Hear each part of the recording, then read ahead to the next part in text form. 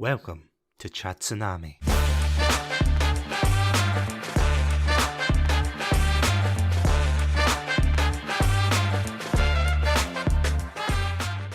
Hello everybody and welcome to another episode of Satsunami. My name's Satsunami and joining me in this very special episode is none other than the one and only sandwich himself, Adam. Adam, welcome back from the Western Front. How's it been? My God, nothing's changed here. It's quite incredible. I've been away for nearly a calendar year. Feels longer than that. But, I was enjoying a quiet life, just living out in the woods, milking odysseys, just ready to hang my microphone up. But then, as much as I tried to fight it, it pulled me back in again. Satsunami, you picked the one topic that you knew I couldn't resist. Adam, you said you'd be home by Christmas. What the hell, man?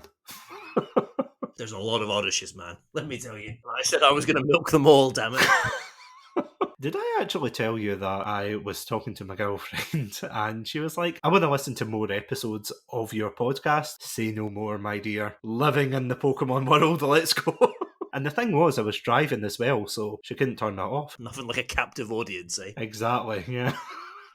But other than that horrifying thought, how have you been? I've not been too bad, thank you very much. This has been a lovely spell of nostalgia for me as I got to travel back to the halcyon days of my early life, remembering a particular fond game I used to love. And that game, of course, is none other than the one and only COD, or Call of Duty, or that game that rivals FIFA in terms of iterations. But yeah, today we are going all the way back to 2003 because, and I can't believe I'm saying this, at the time of this episode coming out, it will be 20 years since this franchise reared its head into the gaming landscape and really solidified its name, didn't it? Well, little boy's all grown up now, isn't he? You're completely right. It's actually crazy that it's been 20 years. Not the fact that it's just been 20 years. The fact that there's literally been a game every single one of those 20 years, non-stop, since 2003. It's a run for the ages, if you ask me. I mean, there's nearly as many COD games as there are James Bond films, if not more. I think that's a very telling thing. There can only be a couple more James Bond films. There can't be that many more than COD games. And do you know what? If you probably count the spin-offs, they probably might actually start to rival it. So what you're saying is, for the next COD game, you want Idris Elba to star in it? I want Idris Elba. Who are the other people who were touted to be James Bond years ago? Henry Cavill. Insert other famous people who are hot, right? Timothy Chalamet, Kylie Jenner, I don't know. Ray Winston, all the classics. Well, that is a blast from the past, my God. 20 years ago, Ray Winston would have been a big thing. Was that not the King Arthur film? Remember the King Arthur film? I remember echoes and shadows of it in my mind. God, we need to watch the King Arthur film. That's next thing. Book that episode in. That must be nearly 20 years old.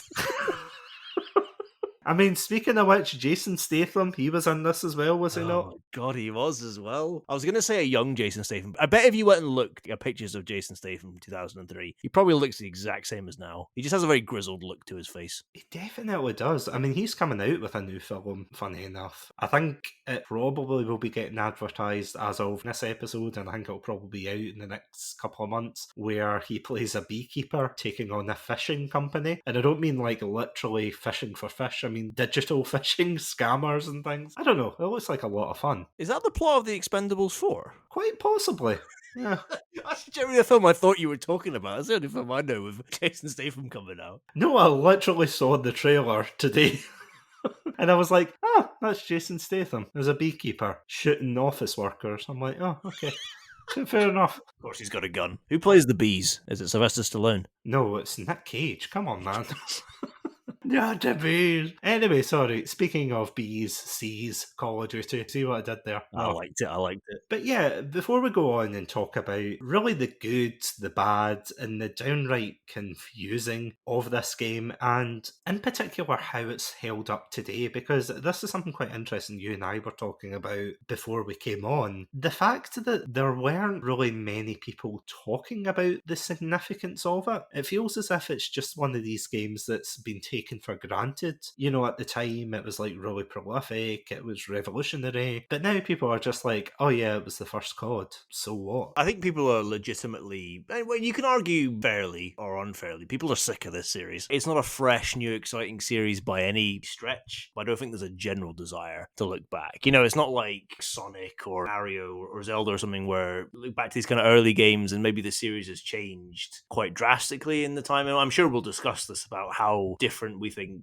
COD Numero Uno was to everything that's come afterwards, but I just think people are just generally sick, to be honest. I mean, for the younger people listening to this episode, think back to a time where there wasn't a battle pass, there wasn't really much online play. I mean, I think technically there is online play for the first game, but I don't know if that came retroactively. No, it came in at the time. Did it come at the time? Yeah, it was very popular. No, because I was quite surprised when I was looking at it and they said it had multiplayer, and I wasn't sure whether it was one of these LAN or local or it was actually widespread. It's also a very, I don't know if you watch much of the US Office. Have you seen any of it? Have you? Oh yeah, Have you seen the episode with COD in it? No, I haven't. It's in like season 3 or something. It's quite funny. One of the offices is like every afternoon they're shutting up shop to close the blinds and get seriously into it. And it's just one of the great lines like, "You don't take a sniper rifle to Carentan." But yeah, going back to what I was saying, think of a time where multiplayer was very limited. You didn't have Soviets with cat ears storming Stalingrad. You didn't have, I don't know, Snoop Dogg or Nicki Minaj. I know they weren't popular at the time. I suppose, I don't know, what, the Spice Girls storming Omaha Beach. I think you've gone too far back there, I think. Really? Oh, then who was popular in 2003? This must have been like Sugar Babes territory or something. Wait, were the Sugar Babes 2003? They must have been. Whatever version of the Sugar Babes was at the time, they must have been. What about Backstreet Boys? Maybe I'm being very specifically like UK here. I'm thinking like Busted.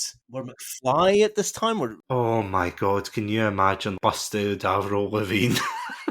Call of That's Duty the 1. one. That's the one. Avril Lavigne. There was none of that. I mean, I've kind of negated my point considering people will know what I'm talking about battle passes and celebrity cameos, but I don't think they'll know what an Avril Lavigne or Busted or McFly is. You know what? See, as we go away and look up a couple of more references, will we listen to some messages? let's do it. So grab your parachutes and we'll be right back after these messages. Welcome to Satsunami, a variety podcast that discusses topics from gaming and films to anime and general interests. Previously on Chatsunami, we've analysed what makes a good horror game, conducted a retrospective on Pierce Brosnan's run as James Bond, and listened to us take deep dives into both the Sonic and Halo franchises. Also, if you're an anime fan, then don't forget to check us out on our sub-series, Chatsunani, where we dive into the world of anime. So far, we've reviewed things like Death Note, Princess Mononoke, and the hit Beyblade series. If that sounds like your cup of tea, then you can check us out on Spotify, iTunes, and all good podcast apps.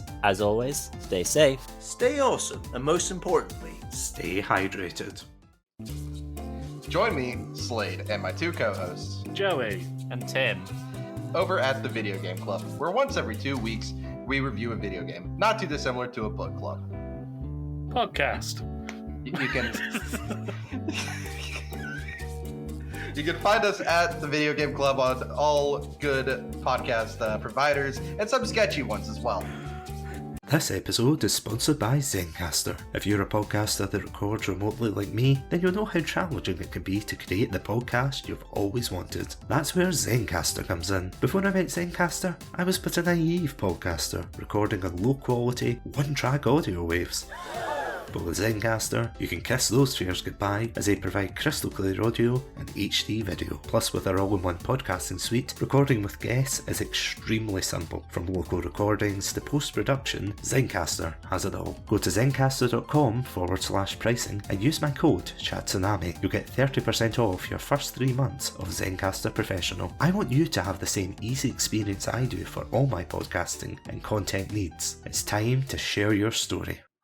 I really didn't know that person. Oh, sorry, my wife. So, never gets old. Let's dive into this very iconic game and let's discuss the good, the bad, and, well, the DLC as well. Or, sorry, should I say the expansion pass? oh my god, not heard that term in so long. Before DLCs and horse armour. cosmetic downloads before kids were borrowing their mum's credit cards or their dad's credit cards. Yeah, we had expansion packs, which I think they were probably the same price as the games themselves, if not a wee bit cheaper, but they were like fully fledged games in their own right. Like, you can play them separately and still get a very good experience. But yeah, today we're going to be talking about the good, the bad, and the downright united offensive about these games. So before we go into it, Adam, would you like to give the lovely listeners at home a background about this game? Nothing would give me more pleasure. So if we're looking at the history of video games, rivalries have always been a thing. You're thinking FIFA, Pro Evo, you're thinking Xbox, PlayStation, Nintendo, Sega. You can pick so many. However, there's one that I don't think always gets the most attention, but is quite important and is especially important for our story today. That's the conflict between EA and Activision. They have both been big players in the video game industry for a long time now. EA since the 90s, Activision maybe even from the 80s, I think. And they both grew as the industry grew bigger until in the kind of early 2000s. They were both significant players. EA was probably the top dog out of the two. Obviously,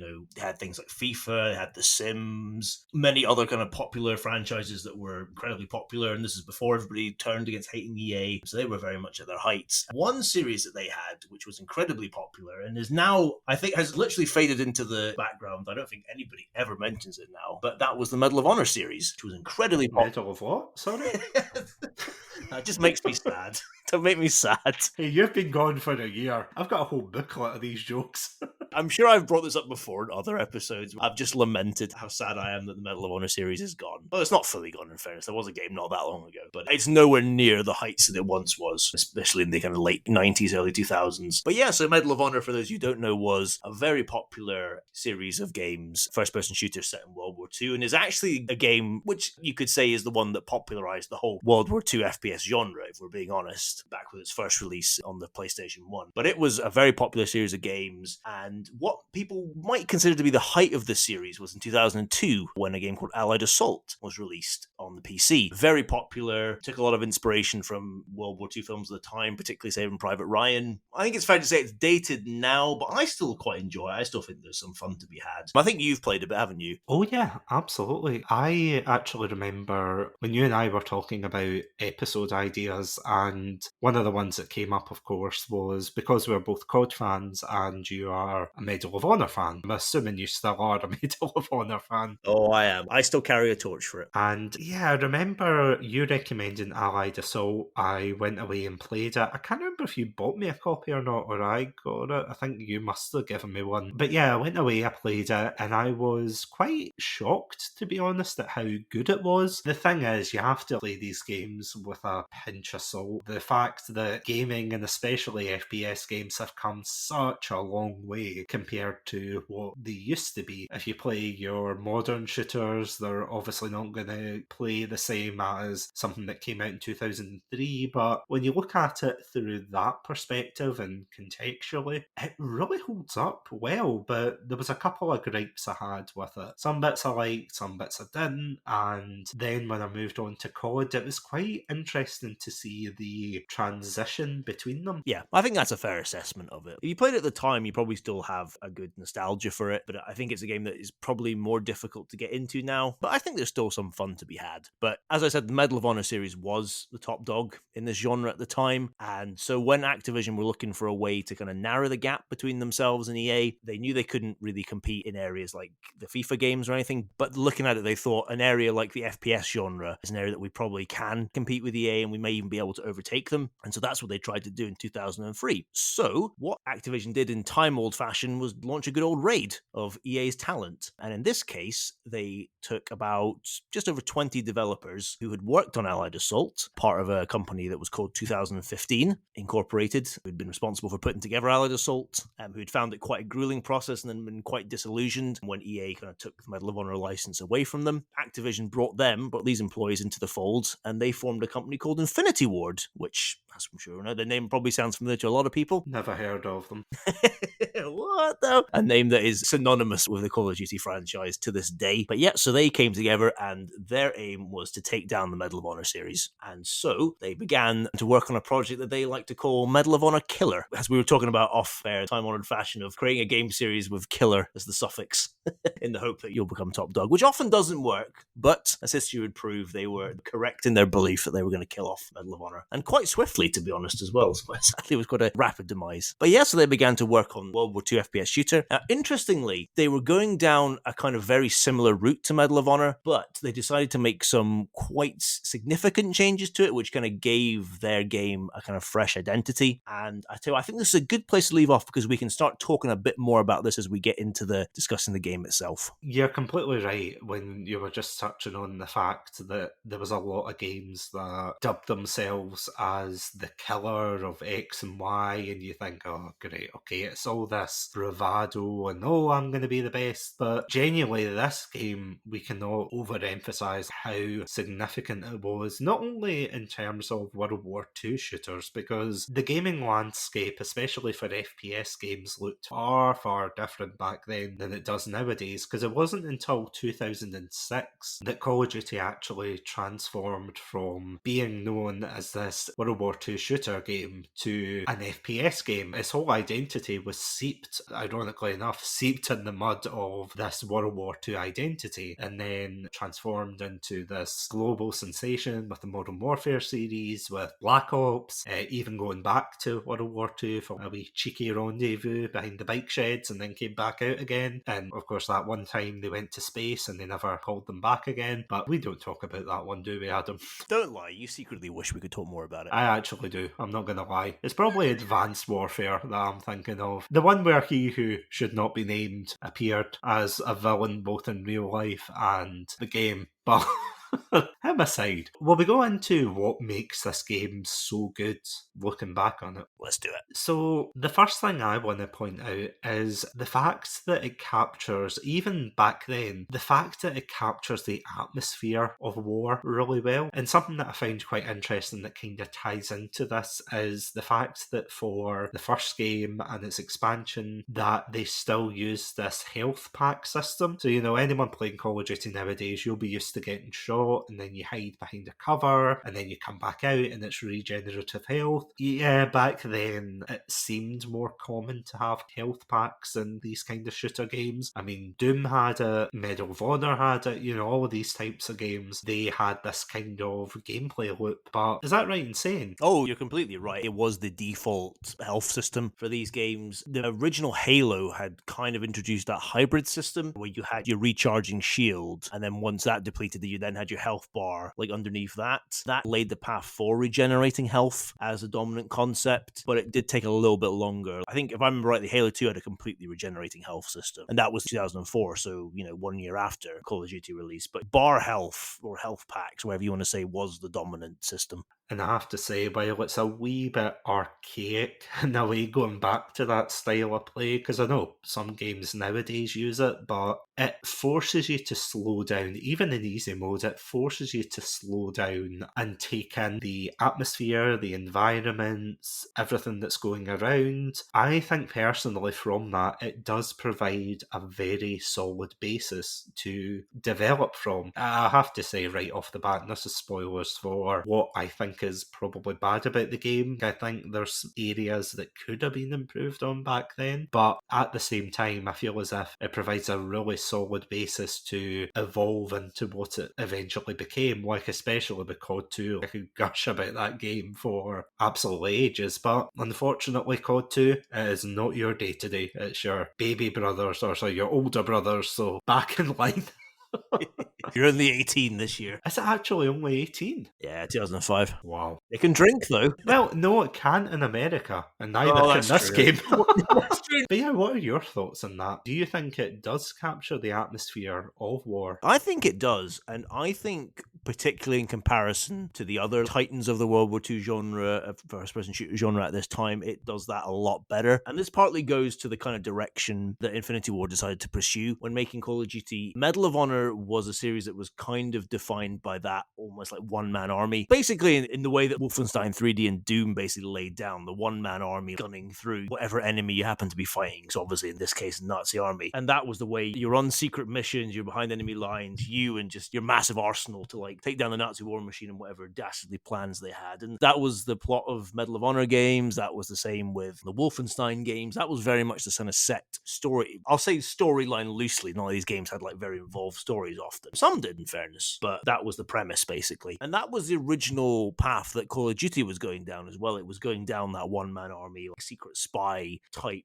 road. However, they decided to try and distinguish, Infinity Ward wanted to try and distinguish their game from what was on the market. And so they lent far more into a squad-based shooter. And in that way, they kind of brought a greater sense of realism, I think. And I say realism loosely, because again, this is a video game and it's a very cinematic video game. I'm not going to tell you this represents World War II particularly well, but I think it does a better job than other games of the time. And that exactly plays into what you're saying, that kind of atmosphere of the war. It's because you feel more like a regular soldier. You know, you usually have squad mates with you, whether that be just like one or two, or, you know, in a lot of the Soviet missions, you can sometimes be fighting with like quite a sizable amount of fellow soldiers. It allows for almost a sense of larger battles, and you did get larger battles in other games, but again, it was like 1 versus 50 or whatever, you know, in that sense, rather than you feeling like you're actually part of a wider sort of engagement, which is obviously more true to what war is generally, to be honest. So kind of going down that route, I think really did help to set this game apart, and also is a big strength that I think still does remain. Obviously, I think later games have done it better, and later games have done the realism aspect of World War II a lot better, but I do think it's something that's admirable about this game still. Yeah, because going back to something you were saying there about the one-man army trope, I have to admit I was really surprised when I played Medal of Honor, because I thought when I was playing Allied Assault and you have that very famous scene of the American troops storming the beaches of Normandy and such, and it's like a very iconic moment, which I have to admit is something I brought up to you at the time. That particular event isn't featured in this game. For all the collaboration that you do, that you feel as if you are a soldier within an army, they didn't include that, and I think it's something I think you brought up, that it's probably because they didn't want to, you know, release a game so close to the competitor and then say, oh yeah, we're copying this particular sequence, even though I don't think anybody probably would have minded someone retelling these events. But something I was really surprised at was at the very end was, as you said, you're a one-man army, essentially. You're storming through French villages and things. You go into this base and you fire off mustard gas and everything. It's a really jarring one, I have to say. It's a very jarring ending, but you're completely right. For this one, there's a lot more camaraderie and there's a lot of influences as well, and I'll save this point for the kind of bad aspects, but you can definitely tell they're taking from other popular media at the time, like for example Enemy at the Gates for the Soviet campaign, Band of Brothers for the Americans, and of course Fawlty Towers for the British campaign. For legal reasons that's a slight joke, but I will get back onto that. But going back to the gameplay itself, one of the things that I was severely impressed by was just the way that the game almost guides you without overly stating it at times, and I have to admit that caused me to run into some troubles in some of the levels. But you know, it's not just a case of, you know, nowadays you've got invisible walls, you've got insta deaths and things. In this one, they have relatively realistic ones, like they place their enemies so that you know, oh, I have to go this way because there's a room full of Nazi soldiers, so I gotta gun my way through here. Or they keep you within the bounds with mines, with barbed wire, with fences and such. I mean, it's really well done in that regard, and I have to say it was very helpful in the Soviet campaign. These are corridor levels. This is not an open world by any stretch of the imagination. Like most first-person shooters were of this time, most were linear, or if it was larger areas, it was still like corridors you were going down. So really this game tries to disguise that in a way. As you say, it tries to put more natural obstacles in a way, whether, as you say, it be barbed wire or collapsed buildings, minefields. It gives it maybe a more realistic, maybe slightly less gamey sense. Again, it still is noticeable. You still probably will notice you're getting funneled down that roller coaster ride type thing. But again, I guess it depends on your feelings about that, whether you feel like you've played too much of that, whether you're just never a fan of that to begin with. I don't mind it that much. I mean, they definitely tried to cater for a cinematic experience this time, because it can be quite difficult, and you and I, of course, have a lot of experience now as seasoned gamers where we've played games that you kind of think, oh, this is very narrative heavy, or oh, this is very gameplay heavy, but it's not so much narratively well structured. But they were certainly trying to strike for a balance here. They definitely were. We can put narrative in quotation marks. This isn't a narrative heavy game, as a lot of the early Call of Duties weren't. They were very much gameplay first. So yeah, I would definitely agree on that one. One thing that I do think is a real strength of this game, though, and is again, it's another thing that helped to set it apart at the time, I think was a very good addition. It kind of set a little bit of a trend, I think, especially for Call of Duty games still going forward, was widening the perspective of the war. What I mean by that is that in the original Call of Duty, you have 3 campaigns to play through. You've got the American campaign, you've got a British campaign, you've got a Soviet campaign. Now that was something new. Unless there's a game that I don't know about or I'm forgetting off the top of my head, but all previous World War II games, they may have featured other characters from, different nations. Like I know Return to Castle Wolfenstein, which was another big first-person shooter of this time, of 2001, had British characters there, but they were very much American focused. You were always playing as an American. You'd usually be in kind of American battles, like obviously we talked about Allied Assault, landing on Omaha Beach and things like that. But what was good about this one, and it was another, obviously, I think when they were developing this game, they were looking for a way to appeal to a wider sort of European audience, not just an American audience, so that's why they made this decision to branch out and have these stories. And I really like that. I think it's really good. This was a world war. It affected so many countries like Europe, Asia, all around the world. Any chance that you get to get a wider perspective of the Second World War, I think is always good. That was one very positive addition. I think it's something that still deserves credit. Especially what you said about that alternate perspective, because, and this is a very double-edged point here, so apologies in advance. As I said, I'll expand when we talk about the bad aspects of this game, but one of the highlights of this game in particular is definitely the Soviet campaign, which I was actually really surprised at, because the British one was okay. I've got my gripes with it. Yeah, the Soviet one was surprisingly really good, especially because, as you said, you weren't fighting as a single person, you were fighting as an entire union, but you were fighting as this united front to take down the Nazi war machine. And of course, you go through Stalingrad, you go through other memorable battles. We don't talk about the tanks yet, but then, of course, you get to the ending, which, while I do think it would have been satisfying at the time, I think it's actually ruined by future iterations of COD. So for anyone who doesn't know, the final level is essentially you storm the Reichstag as the Soviet Union, and there's that very famous scene where the Soviet soldier unfurls the Soviet Union flag, plants it on top of the Reichstag, and that essentially signifies the end of the war in that respect. But see, when you compare this to World at War, even though that's like a lot more over the top, like, did you think that as well, going back to replay this? Oh, it doesn't compare. You're right. The end of this game has been ruined by the end of World at War. It just doesn't compare. It is a shame. It's not Call of Duty 1's fault.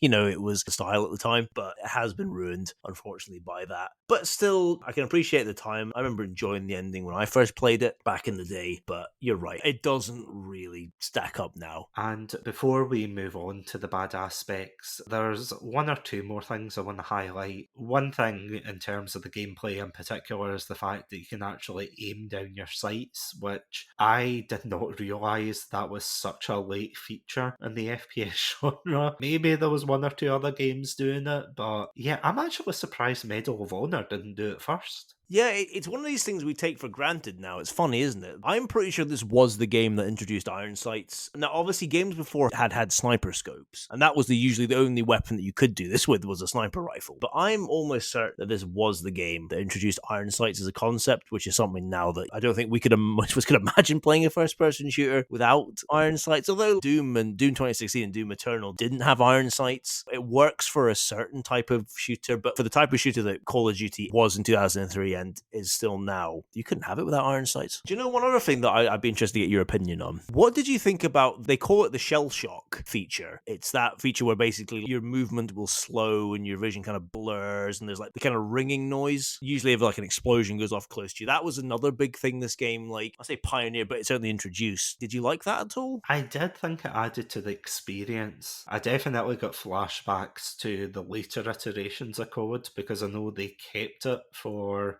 I don't know if they kept it for all of them, but there's a good few. Like for Modern Warfare, the original one, they definitely kept it. And I think they do it when Captain Price says he's very iconic, "We are leaving!" And he pulls you out the boat. But yeah, no, I really liked it. I did think that it added a lot to the game. I didn't appreciate it when they did it 2 times in a row because some bugger had like a Panzerschreck and they kept firing it. I'm like, could they not?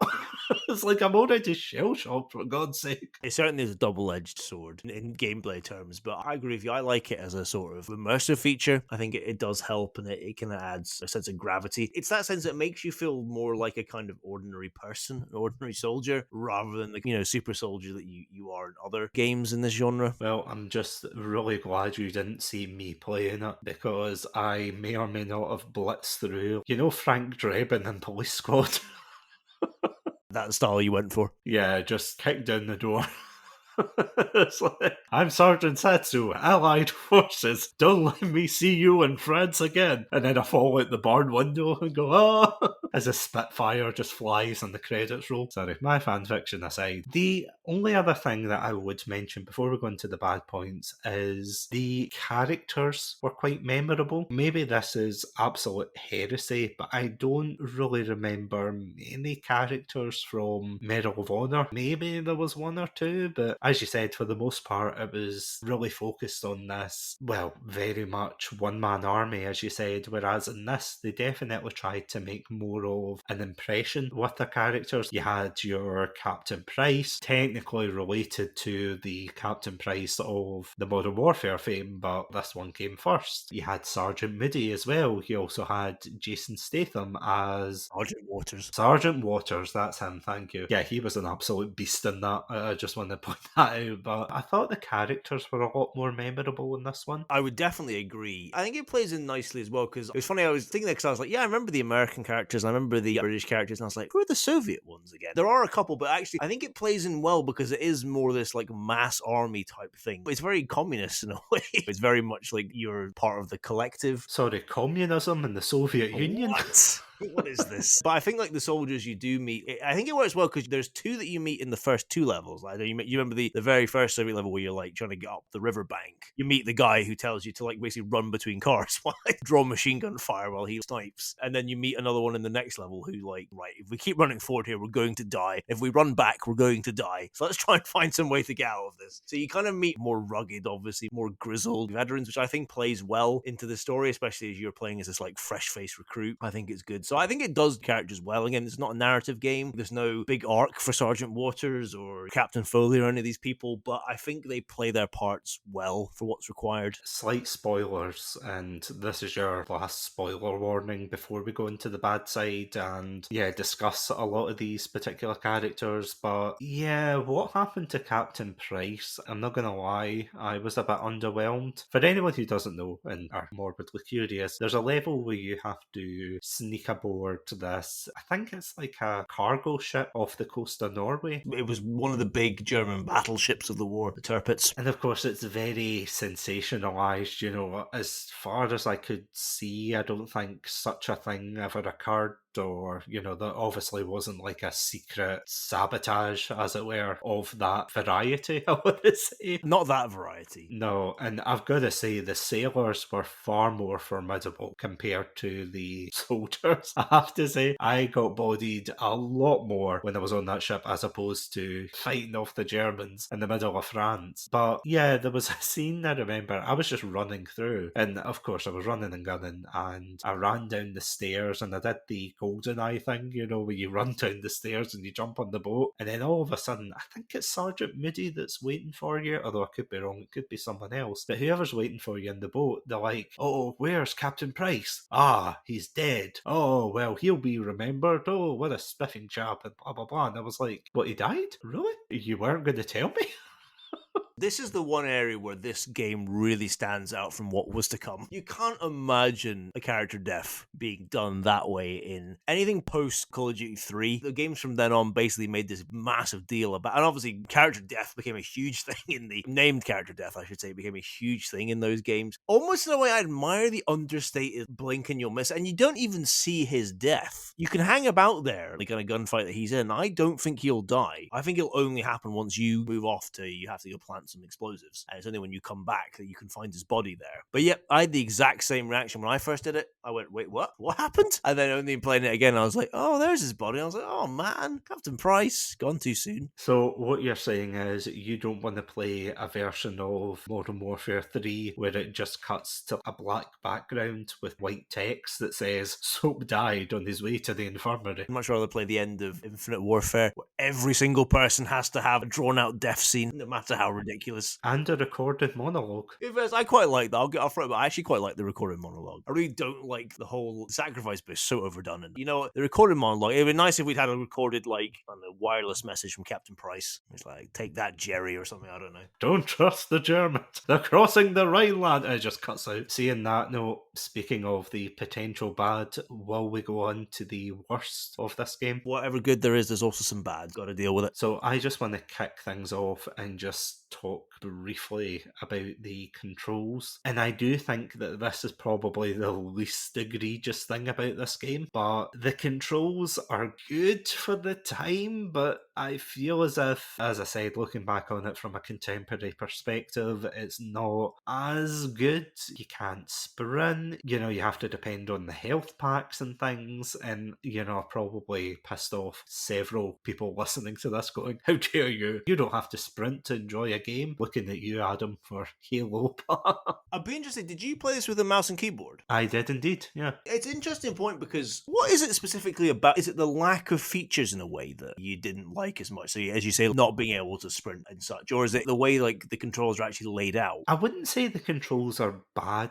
Genuinely, I feel as if the controls are quite good for the time, but there was a lot of really awkward things that, and again, it might be different if I was playing on a controller, but I felt it was quite awkward switching between your guns because you had to use either the scroll wheel or the 1, 2, 3, and the same for grenades as well. You had to switch out physically to your grenades, whereas nowadays in COD you press a different button and it just hurls a grenade. And again, it's not that the controls were bad, I just think compared to what it's evolved into, again using that term of it laid a solid foundation, I think it did, but I feel as if it doesn't hold up as well. But again, it's by no means bad. The grenade thing I think is definitely a fair point. The grenade system feels clunky in this, but I guess you can argue it's slightly more realistic, but having to pull out a grenade physically and use it does feel clunkier than pressing G or whatever you might do in later ones and just throwing one. That is something that I think definitely was a good addition, was making that a quicker process for just helping the gameplay. It's an interesting point, and I see what you mean as well about switching weapons. It maybe isn't always the fastest. I don't know, maybe it's just again, I tend to play more games on the console and stuff than I would on a PC, so I don't often, use the mouse and keyboard for playing a first-person shooter, but for the ones that I have, it kind of felt the same to me, so I didn't really have major problems with it. But it's interesting, and that's not to say they're beyond reproach, but it's just interesting to hear different experiences with it and stuff, and I definitely think you're completely right in the way of it is clunkier not having a sprint, and the grenade system is clunkier. One thing I do like is the ability to, change your rate of fire. And that is something that's in a lot of more modern CODs, but it's not something that you always see in the kind of World War II ones. So it's actually, I always thought that was quite a nice little feature. Another interesting thing about this was a game that obviously limited you to having just 2 primary weapons. Then obviously you had your sidearm, which is a standard that the COD games have followed since then. But it is different from a lot of previous games, which would let you just pick up a whole arsenal of guns. Like, what do you think about that as a concept? Do you prefer the 2-gun limit, or do you like having like a full arsenal with you just carried around at all times? I felt as if it contributed to and don't get me wrong, obviously, at least as far as I know, from a historical perspective, as far as I know, there wasn't British or American soldiers running around with that MP40 in one hand and a M1 Garand in the other hand, and like dual wielding and everything. I mean, maybe they were, and we just didn't see it in the history books. But yeah, I thought it added to the realism. And again, when I say realism, I don't mean like, oh, it's realistic that someone's carrying 2 assault rifles, but I said M1 Garand and then, I said assault rifle. I know it's not the same, but yeah, I feel as if it's that idea of encouraging you to scavenge, but not feel as if you're, again, this idea that you're a one-man army. You're not the Doomslayer. You're not, is it Blazkowicz, the guy from Wolfenstein? You're not him. You're not this superpowered hunk of beef that's like gunning everyone down. I mean, don't get me wrong, you kind of are. You've probably got a better chance in this army than half of the NPCs that are following you. But yeah, I actually didn't mind it, I have to say. I didn't feel as if it detracted at all. Although I have to admit, sometimes what I will say is I felt some of the weapons were a little bit underpowered, especially the MP40 and some of the guns like that. I felt as if unless you hit people in the right spots, then they kind of just got back up again, as if, oh, why did you shoot me? It's a funny thing with these games, but I think the MP40 is one that's always interesting. I feel in some games it's incredibly overpowered, while as you say in other ones it's like basically not much better than like a pea shooter. So that's always interesting. I have to correct you on one thing. It's nothing about what you just said about the 2-weapon system, but it's not Doomslayer, it's the Doomslayer. Oh, yes. One minor point of correction there, but I agree with you. Like, there's some games that have a 2-weapon limit, which I don't like and I don't think works in it. BioShock Infinite is the primary example for me on that one, but I think a 2-weapon limit actually works well for these type of games, for your Call of Duties, and games that are going for a slightly more quote-unquote realistic experience. I think it makes sense and I think it works better. I don't think you need to be carrying around everything. It's handy. Don't get me wrong, sometimes it's handy when tank pops around the corner and you can just pull out your bazooka that you've carried with you this whole time. But there's also a fun in being like, oh crap, where's the crate of Panzerfaust? Gotta run around now and find it. So I think it works well in this game. I would agree with you. But going off of that point and talking about the gameplay, one of the things that, although I credited it for using its environment really well, there's one particular thing, and I'm quite curious to hear what you have to say about this, but there were a couple of design choices that I really not objected to, but had a lot of reservations for. One of them being the overuse of liminal spaces. And what I mean by that is there's a lot of levels where you're of course playing with the Soviet Union, you're playing as this united front, trying to push back the war machine and everything, and there's levels where it's like there's not really anything in these empty spaces, and I know that's kind of a weird thing to complain about, to be like, well, obviously there's nothing there, it's a ruined city, it's a city that's been bombed by the Nazis, what are you expecting? But usually in games they have a health pack, maybe a hidden weapon, maybe an Easter egg, anything, something, but there's a lot of areas you go into and there's just nothing there, and you're just kind of standing around. And again, I think the scope of it at the time would have been amazing. I feel as if you played this for the first time in 2003, you would have been blown away by the absolute scale of this game, but I don't know. I feel as if it's quite a glaring problem, at least in terms of looking at it nowadays, because as you said, this is very much a corridor shooter. It leads you down the path and says, go here, do this objective, do that objective, but then, yeah, when you get levels like that, it just feels a bit bloated, I would say. I'd agree. And the Call of Duty series has, I think, produced some really standout environments environments, like Chernobyl from Call of Duty 4 is the one I always think of. There's nothing really like that in here in the original game. This isn't a game, unless I've missed it over these 20 years, this isn't a game for environmental storytelling by any means. It is glorified corridors. And you're right, there is a lot of quite boring empty space that I don't think, and again, it's not a game that's designed you to spend a lot of time in these environments. Preferably it wants to keep pushing you forward, you're progressing through, because they're not that exciting spaces to fight in and everything. What it's trying to draw you in is the kind of action and, you know, the intensity of the gameplay and the firefights themselves rather than the environments that you're in. But it is a fair criticism of this game. The Call of Duty series would do a lot better, and it would develop past these kind of quite simplistic levels. Don't get me wrong, that's not just limited to the Soviets. If you go back to, I think it's the second level of the American campaign, you're fighting through the streets of France, and you go through all the houses and things. Some of them are ruined, some of them are alright, and on the one hand, it is quite cool to fight through these settings because you don't really get that as much nowadays in terms of these very unique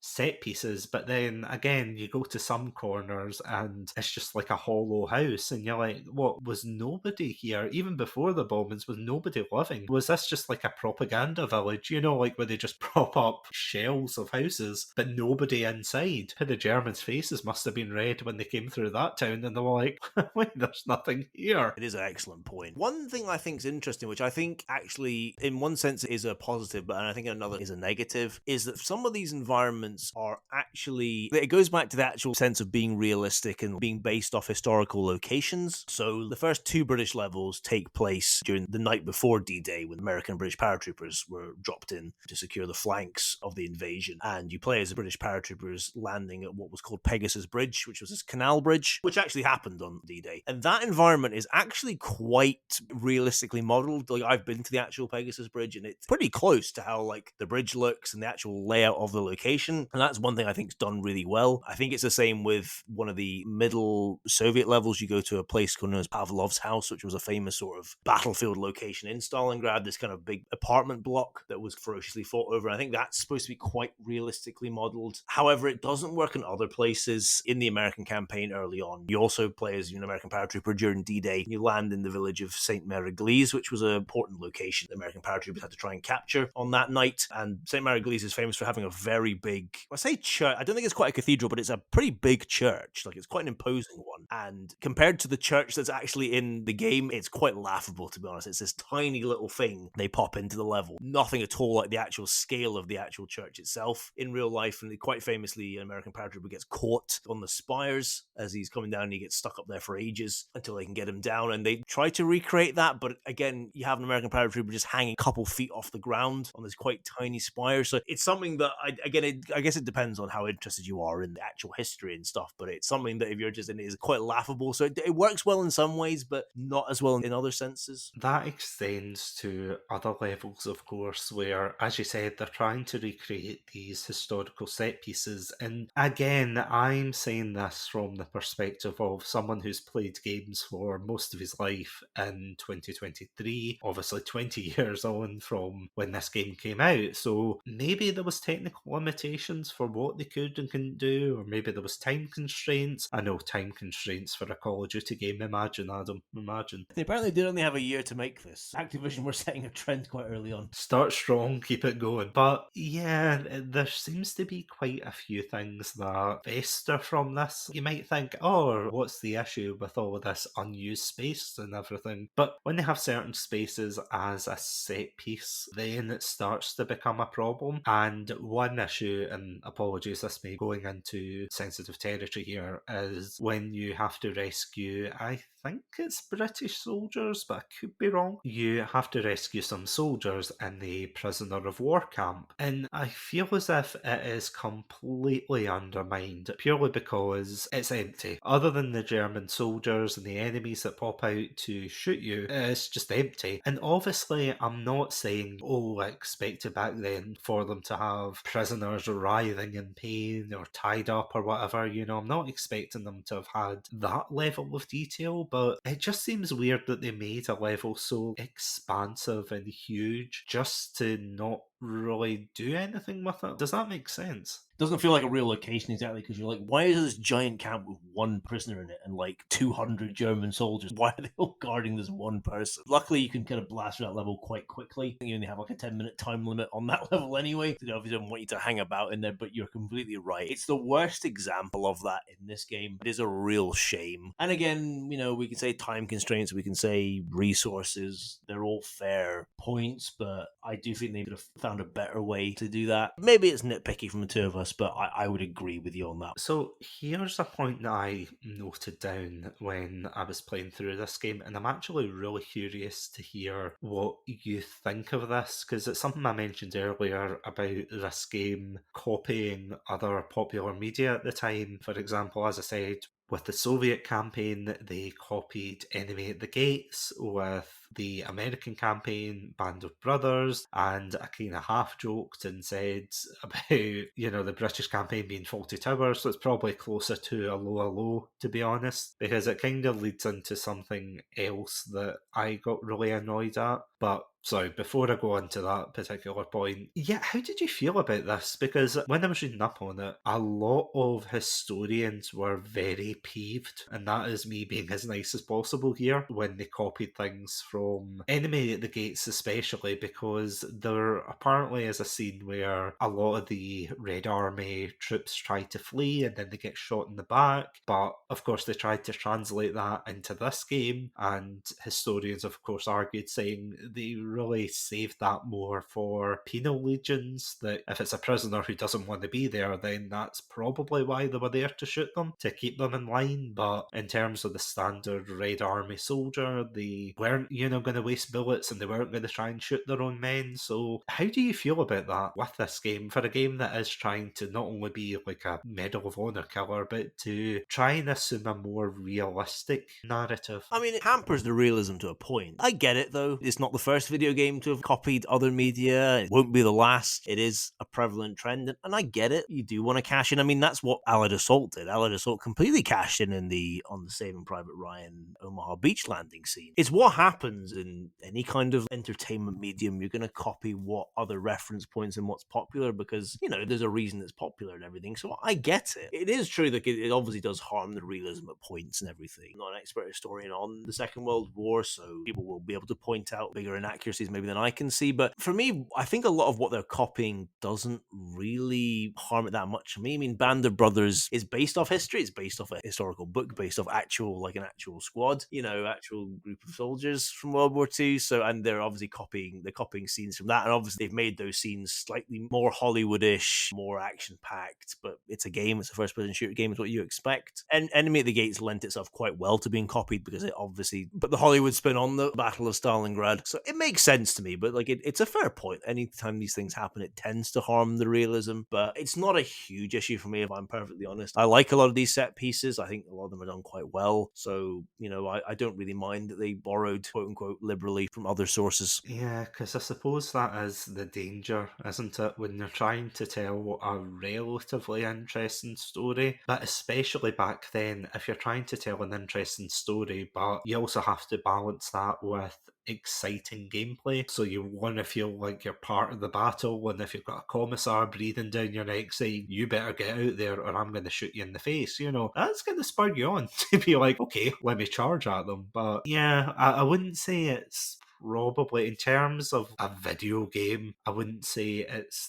the most egregious fault of it, but I can see why people take objection to it. I can see why people think, oh, it's probably not the best and it's a poor representation of the war. But again, if you're running around devouring health packs like Tic Tacs, then yeah, this isn't the most historically accurate source that you're going to be quoting on your essay for history class. There's one particular point as well that I want to bring up, and it's something that I was talking to you about. Do you remember this, when I was telling you about my gripes with the British campaign? I do remember. I thought you raised some excellent points. I thought it was a truly great conversation that we had on that. So for anybody who has played Call of Duty who's listening right now, I want you to play a little game for a second. Think about the amount of times that you've seen the British Army or any kind of British armed forces in a Call of Duty game. And by that, I don't mean mean the SAS. And I don't mean any secret forces. I don't mean any forces that have come together in like a small barbershop quartet to,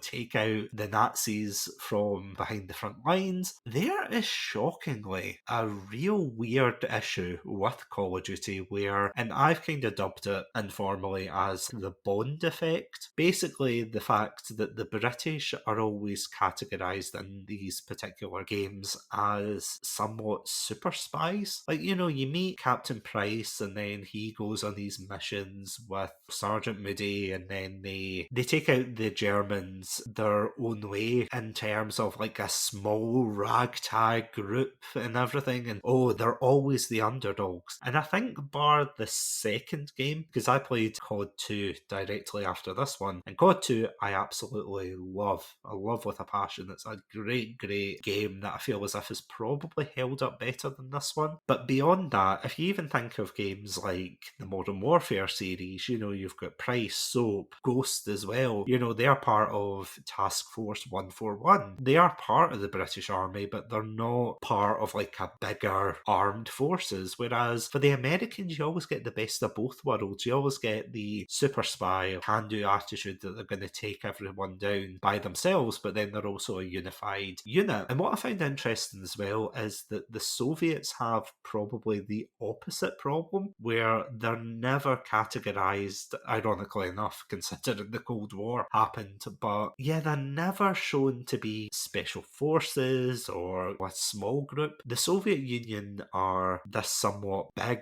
massive collective that did very well, let's just say, in repelling the German army at the time. But it's weird to see because, by all means, there was this small thing in history, and I don't know if you remember it, Adam. It was this small thing called the British Empire. Do you remember it? I think I've heard about it. I think I've seen a couple of plaques and statues. Yeah, maybe. You might have heard it in passing.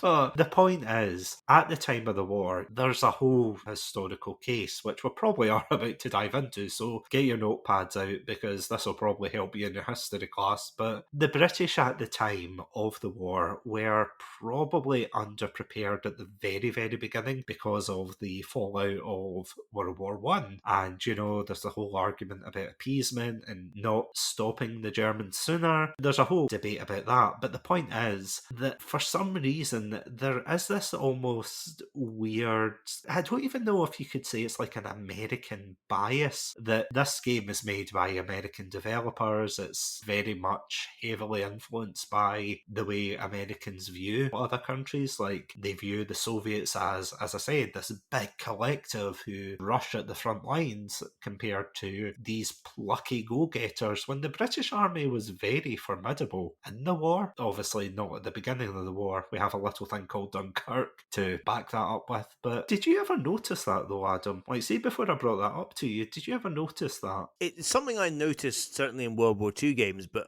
I didn't actually think about it more broadly until you'd actually brought it up. Thinking about the COD series here, but you can apply it to other things. I thought more broadly about the COD series, and I thought, God, you're right. Like, it always appears to be the SAS or Special Forces if British soldiers are ever brought in. COD 2 is the exception here, and I think the only exception to this one. It is all cultural perceptions like that. That is what this is all based of. Whether we're talking about the Soviets or whether we're talking about the British or the Americans or whatever, we're operating in these cultural perceptions that exist and that were there at the time and that continue to exist now. In terms of that, I think the defining thing about Britain's war is often the small scale, like spy stuff and special operations and things like that are the things that we're often remembered for, more than what our regular armed forces did. It's partly generated by other countries' perceptions of us, but it's also partly self-generated, and it was at the time.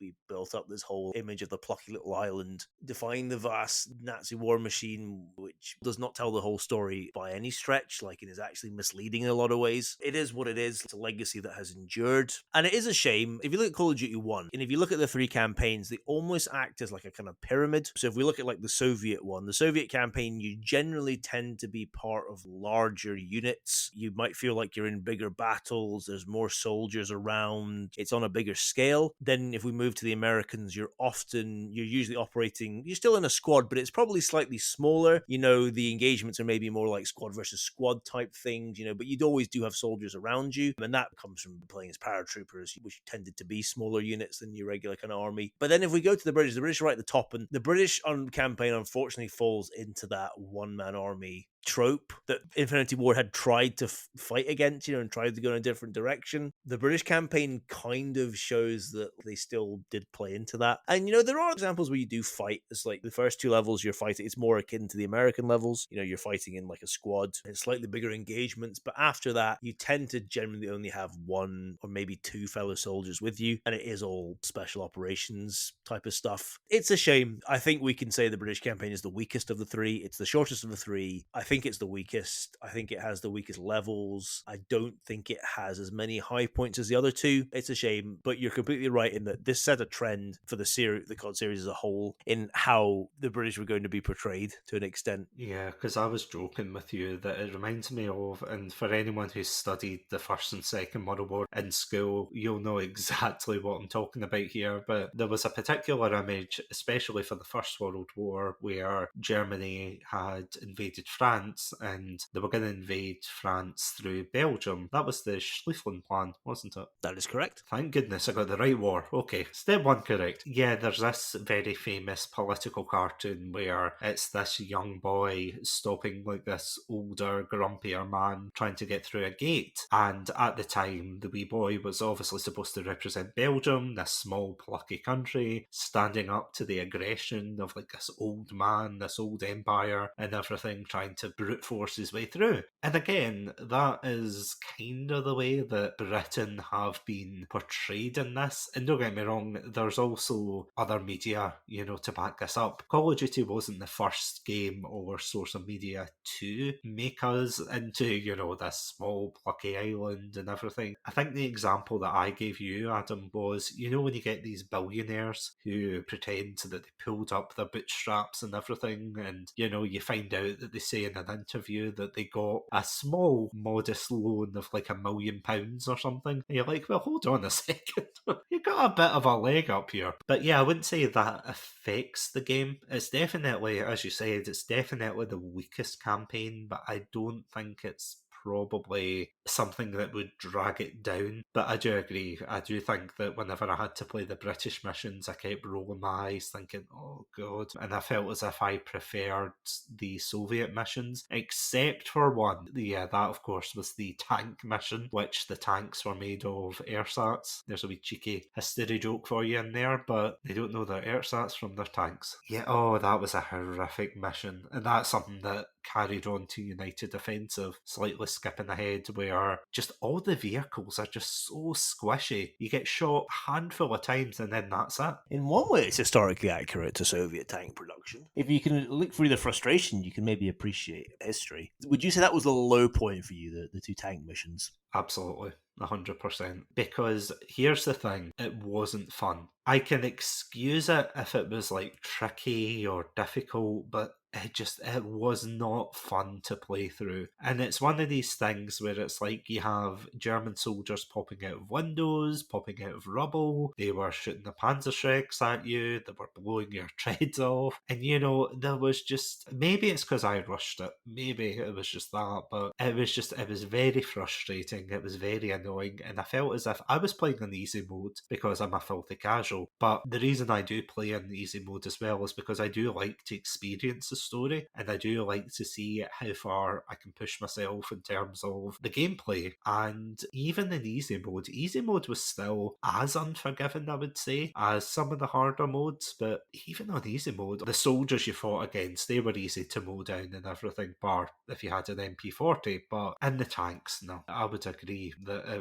was such a low point. But did you think that as well when you went back to revisit this game? I think vehicle sections have been done a lot better since in other Call of Duty games. Maybe it's just because I've played them quite a few times now that I kind of know, I can roughly remember what's going to happen, so it makes it easier. To be honest, that is a prerequisite, I think, for the second tank mission. I think you have to play that a few times. You have to know where things are coming out of. You have to know where Panzerfaust soldiers are going to spawn. You have to know where tanks are going to show up, because almost a blind playthrough, you're probably going to die quite a few times because a lot of things are going to pop out and you're just going to get absolutely hammered before you have a chance to pick out where your targets are. So I think it's definitely is a prerequisite for that second level. There's some built-in knowledge. I think the first one's slightly better. It's more open terrain. You've got more tanks with you, so you can always just hide behind them, use them as shields. So I don't mind it as much. I prefer the tank mission in United Offensive, the expansion pack, to the two that are in the base game. And I think they were done a lot better. I think Call of Duty 2 really elevated that style of tank level. And then I would probably say as well, like, vehicle sections have probably been done better mostly. I don't know, I really did not enjoy the flying mission from Vanguard, though. I might hate that more than I hate these tank missions in this game, although it's probably, it is like a fight at the bottom there. But I can totally understand the frustration of those levels, because they are hard. They're hard and they are unforgiving in a lot of ways, and especially that second one, you have to know where things are coming out of to really have a chance. I mean, to be fair, it's done wonders for my Russian learning, but other than that, yeah.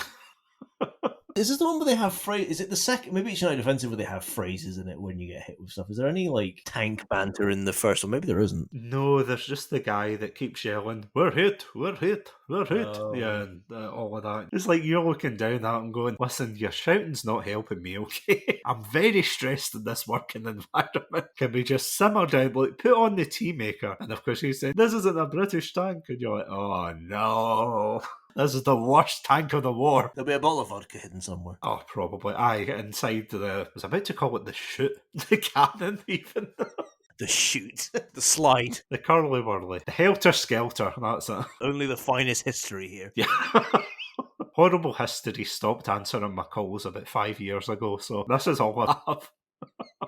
This is all I have, people. Before I go on to my final points that didn't really hold up in this game, is there anything else you want to point out here? It is dated, and it is a dated game in a lot of ways. Like, I don't think it's as dated as Allied Assault or Return to Castle Wolfenstein, although I think those two games are good in their own rights for different reasons. This feels like a more modern game. You can argue for good or for bad. It really, again, depends on your preference. I feel this is an easier game to go back to, even if you haven't played it before, because I think it retains a lot of the DNA that's in the kind of current Call of Duties and your modern shooters you can find in here. I think this is a lot of genesis for that, so for that reason I think it is an easier one to play. But it does have its shortcomings, there's no doubt. I have heavy nostalgia for this game. I didn't play it on release, but I played it not long after, 1 year after it was released. I played it on like a crappy laptop where if you were outside environments, the frame rate would chug like crazy. So you think the tank levels are bad, then try playing it when your frame rate is going at like 5 frames a second. It wasn't a fun experience, but I still loved this game. I enjoyed it at the time. I still enjoy it now. It's probably Call of Duty I played the least, just because I tend to play on console. And there is a console port of this game. It's not very good, I'm going to be honest. I would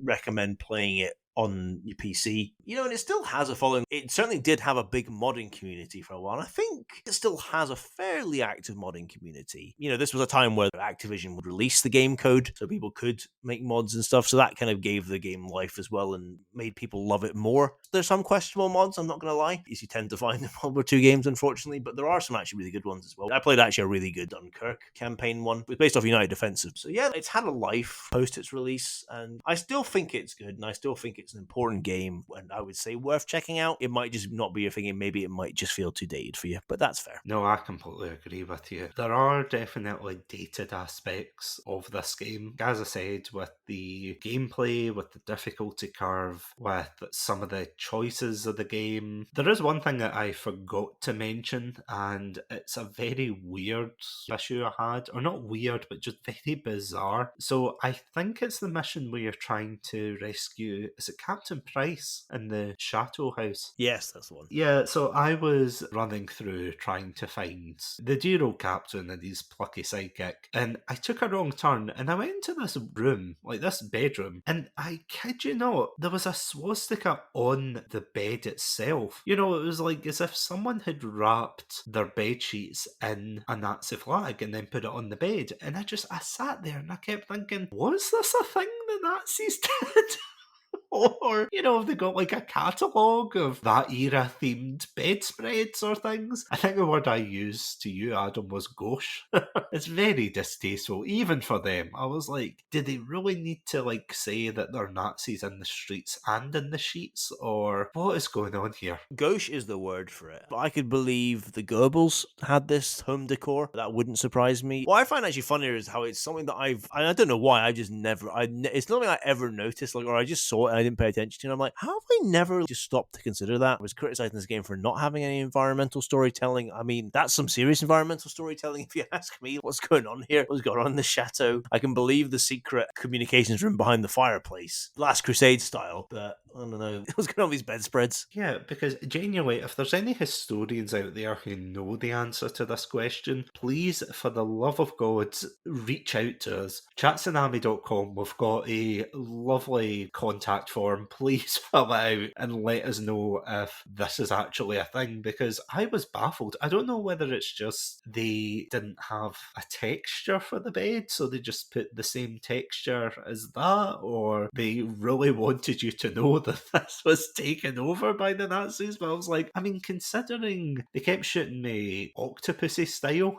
coming down the staircase and everything, I was like, yeah, I kind of get it. And obviously in the big grand foyer bit, you had the Nazi flags, and I was like, yeah, there is an issue here.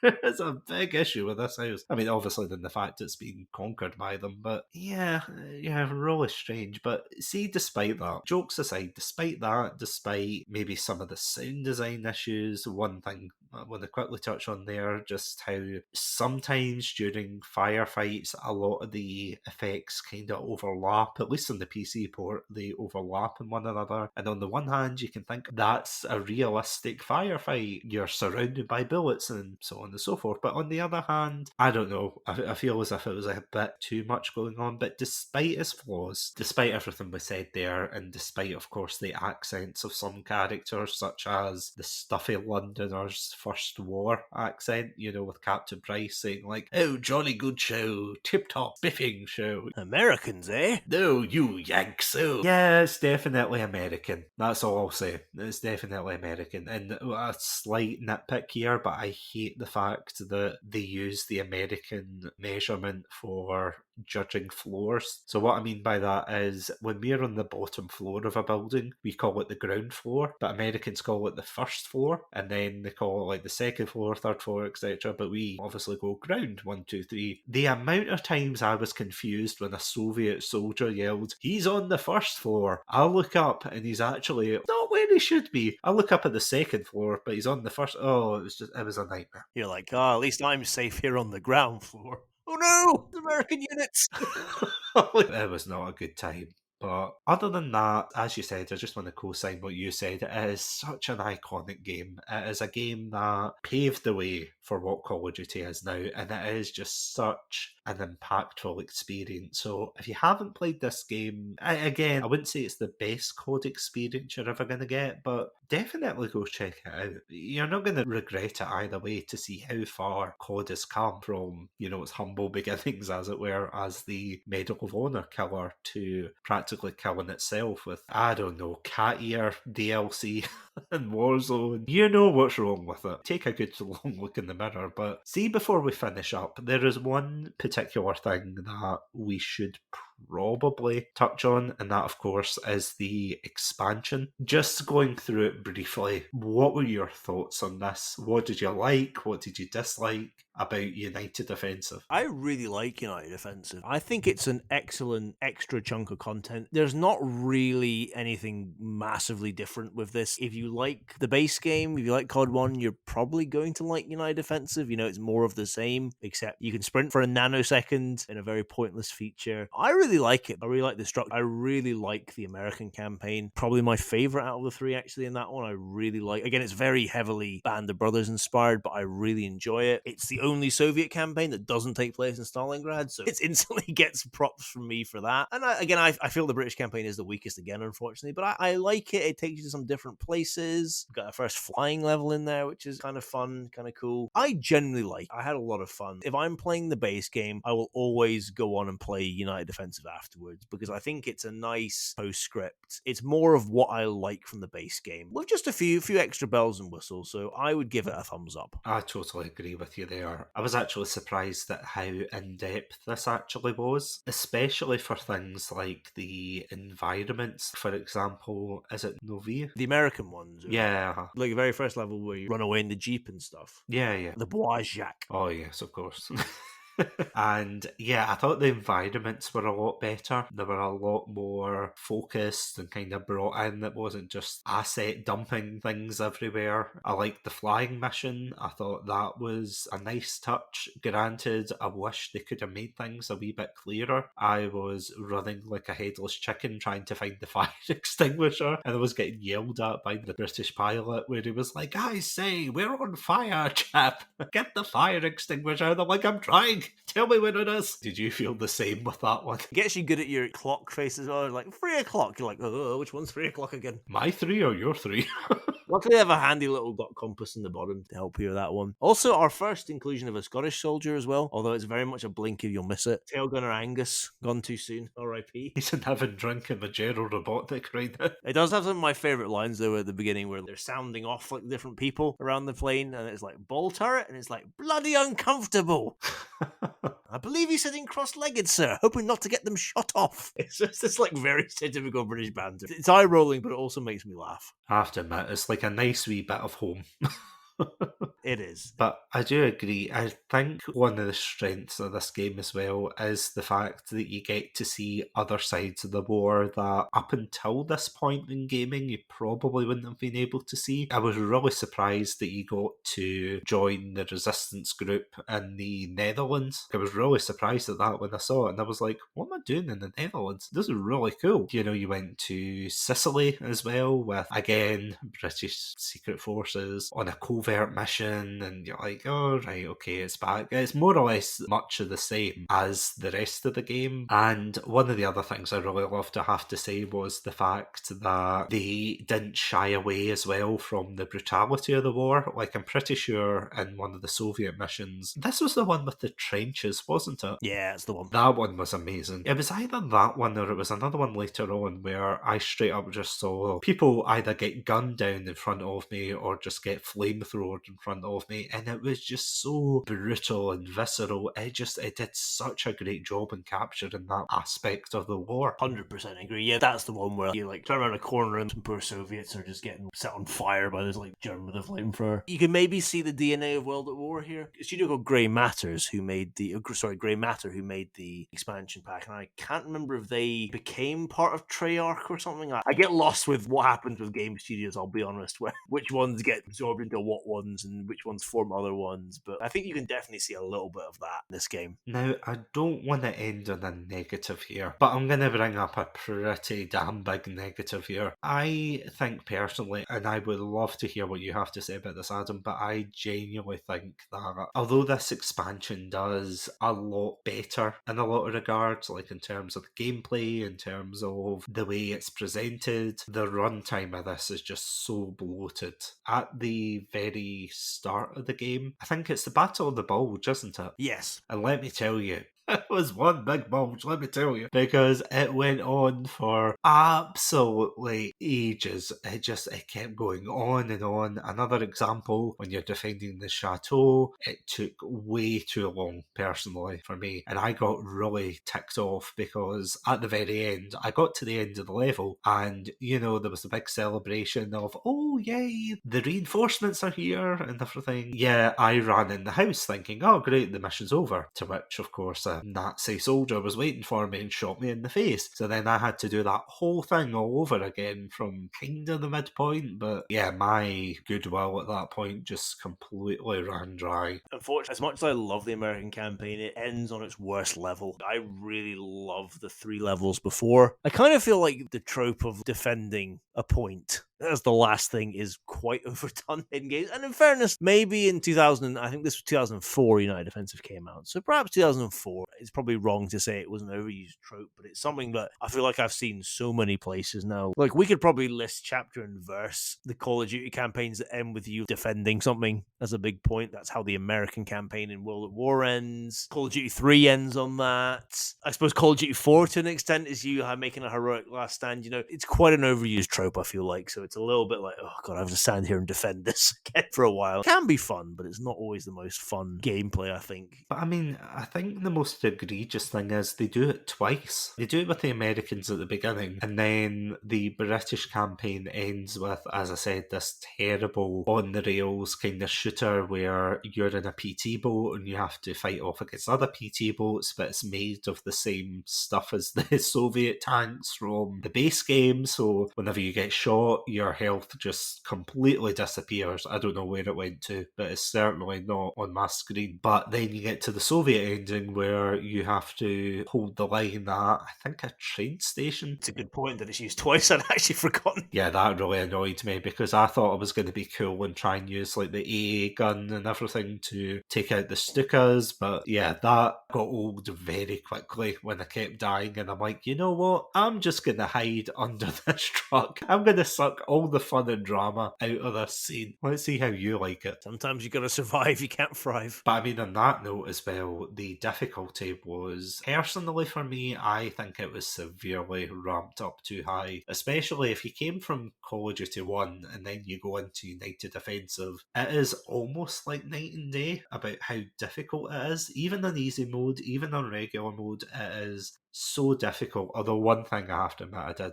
appreciate was the fact they carried the throwing the grenades at your feet whenever you didn't move onto later games. I mean, there was actually a scene, I think in Call of Duty 2 maybe, where I was hiding as one of the British soldiers and all of a sudden I basically got a halo ring of the grenade indicators and I was like, wow, this is terrible, I gotta run. It is quite a rough game, and I have to say, they really do love ending on the old Soviet ending, don't they? The Soviet portrayal in World War II has become more complicated, in large part due to recent events, but also because it is a complicated thing, in fairness. Whether you want to view it as like the lesser of two evils on that front, with some justification. But it did feel like these games built towards that. I think I'm just thinking about most of the World War II CODs now that like have a Soviet campaign. Most of them tend to end with the Soviets. Call of Duty 2 doesn't. Well, I suppose Vanguard technically does end, but that's weird in that one. It's kind of hard to like think of that one. But yeah, they always did seem to kind of like to ramp up. And I guess it's because of the scale thing again. These tended to be like the big battles and the big engagement. United Defensive is full of that. There are sections in the original Call of Duty where you are on your own as a Soviet soldier, like especially in the sewer level and things like that. But you don't get any of that in United Defensive from what I remember. You're always like surrounded by other soldiers, and it's always quite big battles. Quite epic ones in a lot of ways as well. It's a fair point you raise about the difficulty, and that was a trend of video games at this time. The people who were buying an expansion pack were obviously like fans of the original game, so the assumption was these were more skilled players, so you wanted to raise the challenge for them. We can trace that right back to like the Japanese version of Mario 2, and maybe even before in history of gaming. So it was a trend. It is noticeable, so there are some really hard sections at United Defensive. I think the thing that annoys me about it more is just, and again, it's with any hard game, even if you look at something like Dark Souls, Elden Ring, any of the Souls games, where if you keep dying, it doesn't become fun. It just becomes repetitive, and you have to learn from that, granted. But yeah, it's not always the best. But I mean, I can understand it's like a product of its time. It's a different kind of fun. And again, different people find different things fun. There's no right or wrong on it. Some people like the idea of overcoming a challenge. There's fun in that, while for other people, the kind of repetition and the grind isn't fun. And again, it's personal taste. There's no right or wrong. It's just, it was a feature of gaming at this point, and especially of expansion packs. The only other thing I would say is this is probably the second Call of Duty game, or probably the first to do it, with gratuitous chicken killing. And I've got this on my notes, I kid you not, where you're running from the German lands in Sicily in a jeep, and that is the level, isn't it, where you crash into like this crate of chickens. Yeah, not just one, like, there's a lot. It's actually a bit of the game I don't like. It's the bit I really don't like. There's something about it. Maybe I'm a big softie at heart. Apparently I don't mind all the human death in the game, but I'm like, I don't like seeing all these chickens get crushed. There's something about it I don't like. But then they also started the trend of, which in fact, I say the trend, I think this trend swiftly ended after Call of Duty 2, but it used to have the thing at the end where you'd have like a line being like, oh, no animals were harmed, no cows were harmed in this film, because there was always a proliferation of dead cows and sometimes horses around a lot of these levels. Because the only other game in the Call of Duty series I can think that they did that was the favela level in Modern Warfare 2. The original, of course. You got an achievement for that, didn't you? I think so, aye. Kentucky Fried Chicken, probably. There are elements to dislike about this one, both the expansion pack and the original base game, but at the end of the day, as I said, it is an influential game that I do think that Call of Duty fans should check out at least once in their life. I don't think you're going to like it 100%. Like, if you're more used to the modern iterations and you go back into this and you have to go cold turkey with no auto regeneration in your health and things like that, then you're not maybe going to enjoy it. But even just for academic purposes, to see how far the franchise has come, I would definitely recommend it. But before we wrap up, is there any final words you want to say for this? It's actually funny you using that phrase cold turkey. I actually think that's actually quite an apt phrase for this. This is a much more simple experience than like a lot of later CODs, and I actually think part of the reason I like it does almost feel like if you are maybe like overgorged on all the features that modern Call of Duties offer, this can actually be quite a nice experience to just play it, and it's stripped right back to basically the fundamentals. There's not much fat on this bone, to be honest. It is a very pared back experience, which I think adds to it. You're completely right as well from an academic purpose as well. Like it is interesting to see like how far the series has come in 20 years, but also to see that the DNA is there. We talked obviously about the cinematic moments in this game, and that's a feature of Call of Duty. You know, its cinematic nature is something that is not lost at all. It's just built upon in the following 20 years, just in its way of retaining that kind of squad-based focus. You know, that has been something that's been in most of the games. Often, usually there is like a proliferation of nationalities as well. It's all there, and obviously we mentioned the 2-gun limit, you know, iron sights, all these things are still there. The fundamentals are all still there, and they were built in 2003. That's why I do like this game, and I think it's interesting, and I do think it's an important game. It was heavily praised at the time. It won I think it's maybe one of the Call of Duties that's won the most Game of the Year awards, you know, because it was an absolute sensation back in 2003. There's a reason this series became so popular, and Call of Duty 4 has a large part to play in that. So there's things like Black Ops, Modern Warfare 2, you know, but the original Call of Duty has a big part to play in this series becoming the juggernaut that it eventually did, and the fact that it has raised Activision to the roof to the point that I think they must have surpassed EA. They did their goals, they killed off Medal of Honor in short order, and Activision were raised to the heights of the video game landscape. It's an incredibly important game, and whether you think it's for good or for bad, you can't deny that. I think it's still worth checking out. Again, maybe it won't jive with you, and that's fine. I can understand it, but I do think it's still a good game. I think it's a really good game. You can have fun with it, and it's usually quite cheap. Usually it's on sale a lot of the time, so I don't think there's many reasons to not pick it up. Just don't get the console port is what I'd recommend, because it's not very good. Get the PC version. And yeah, I think that is the perfect place to leave it off. Thank you, Adam, so much for joining me on, is it right to say COD's 20th birthday? Yeah, it's his 20th birthday. It's that weird way that we'd maybe want to say 20th anniversary, but I think technically that would be 2024 will be its 20th anniversary because the way things work. But it's 20th birthday, definitely. So, you know, I think we can finish off by, you know, for he's a jolly good fellow, for he's a jolly good fellow. Jolly good fellow. Let's go off to Stalingrad. And buy your DLC. Buy your DLC. Modern COD, please change. For the love of God, please change. I don't want to see Stalin and cat ears. That's my red line. No pun intended. For the love of God. I don't want to see that pack. Oh, and on that frightening note, thank you again, Adam. Honestly, it was a blast getting you back on. Thank you for getting me back on for this. A lot of fun for me to replay this game and a good excuse to boot it back up again. As always, if you want to listen to more episodes featuring ourselves, as well as our other fantastic co-hosts, you can check us out on our website, chatsunami.com, as well as all good podcast apps. I also want to give a huge shout out to our Pandalorian patrons, Robotic Battle Toaster and Sonia. Thank you so so much for supporting the channel. And if you would like access to exclusive content, then please feel free to check out our Patreon page, patreon.com/Chatsunami, where you can get early access episodes, you can get exclusive episodes, you can get juicy behind the scenes, you can get live footage of Adam milking an Oddish. You know, it's absolutely great. It's fantastic. For legal reasons, that last bit's a joke. Unless you really want it. I mean, we'll be in talks. We'll be in talks. What is it the kids use nowadays? Only Oddishes. Oh, and on that horrifying note, do you want to wrap up the episode? I would say cruelty-free, but the Oddishes might disagree. But on that note, stay safe, stay awesome, and most importantly, stay hydrated.